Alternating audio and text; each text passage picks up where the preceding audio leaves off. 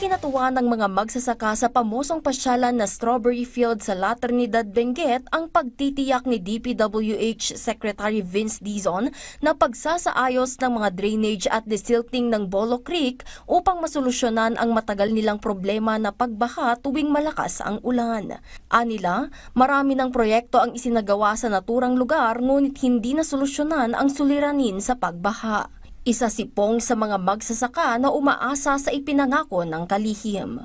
May met ko man no ikatandalangan kasi nailat ngamin ni dalan ti danom so nga siya at nga may kat flood control lang no ibaga nga kabilang dati suction pump narig agdal ti problema agdalos man ti kwa agdalos suction pump.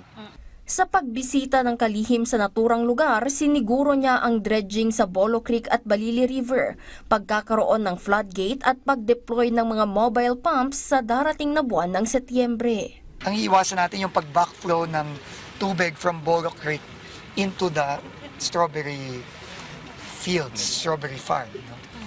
And then, pagka yun ginawa natin, hopefully, mamamenos yung pagbaha dito. Iminungkahi din ng kalihim ang pagkakaroon ng water detention o water catchment basin sa lugar sa pamamagitan ng modernong drainage system. Gagawin natin yung tama na proyekto kasi clearly wala pang nasusolusyonan sa problema dito. Kasi nakita nyo naman yung mga baha last week. No? Talagang umapaw-apaw na dito.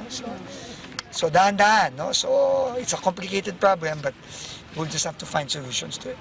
Makikiusap naman ang lokal na pamahalaan ng La Trinidad sa Benguet State University na nagmamay-ari ng lupa para sa mga naturang plano at proyekto.